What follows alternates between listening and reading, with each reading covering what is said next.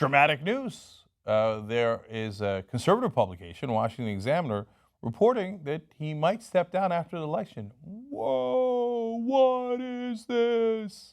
Let me quote them. Washington Examiner says Justice Clarence Thomas, a reliable conservative vote on the Supreme Court, is mulling retirement after the presidential election, according to court watchers.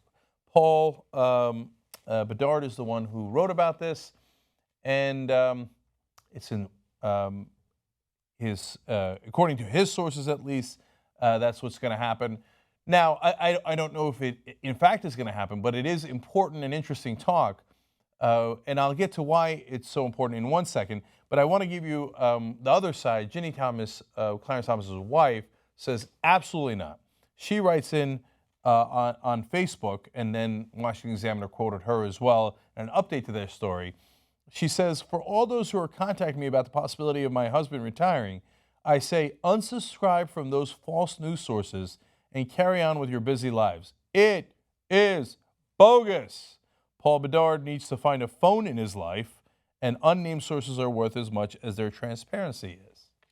So, obviously, the Thomases are doubting this story. Now, that doesn't mean it's not true. Even if it was true, this would be a very similar reaction that the Thomas family would have.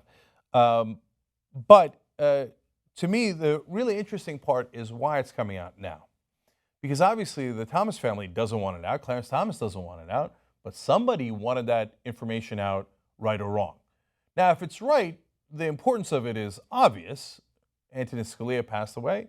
Now, if Clarence Thomas were to retire right after the elections, that would be 2 posts the next president might have to fill on the Supreme Court. That would be monumentally important, let alone a lot of the aging justices, both on the left and the right, that might also want to retire. Justice Anthony Kennedy, Ruth Bader Ginsburg. Can you imagine if the next president had to name 4 Supreme Court justices? And now it is imaginable. But again, that's always the case to some degree, and obviously is very important. But to me, the more interesting story is, why is this in the news today? So one of the reasons is the establishment has decided, and again, this is not a conspiracy. There was no talk in the Bilderbergs about how to do this.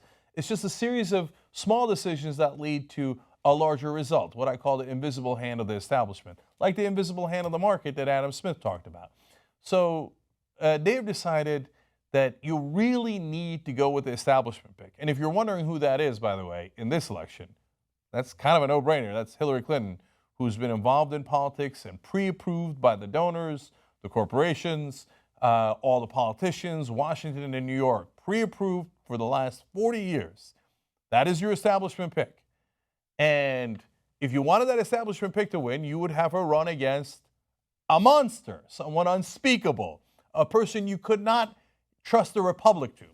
Oh, look at that. That's exactly who she's running against, Donald Trump. Okay, or by the way, someone who's also equally establishment, Jeb Bush, Marco Rubio. And those were your choices, by the way.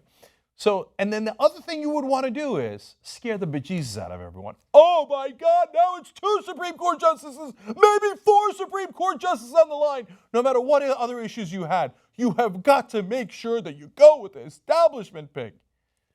Now, the person leaking this is leaking into a conservative outlet, so you don't know if that is exactly their particular intention or if it's a clever way of leaking it so that it appears that it's coming from conservatives. I don't know if you know this, but there's politics being played. And this is how you play politics. Whenever you see a story in the paper, you've got to wonder, how did it get there? And who wanted it there, especially when it's anonymous sources. So one possible motivation is to make sure everybody understands this is not a time to go and gallivant and look at other options, whether it's another option in terms of the libertarians on the right or any other option on the left. Make sure you stick with the establishment picks because this is a very monumental time. Don't take any risks. Go with the person we have pre-selected for you. This won't be the last story where you will see people saying, oh my God, this is not the time to take a risk. Make sure you pick the correct candidate.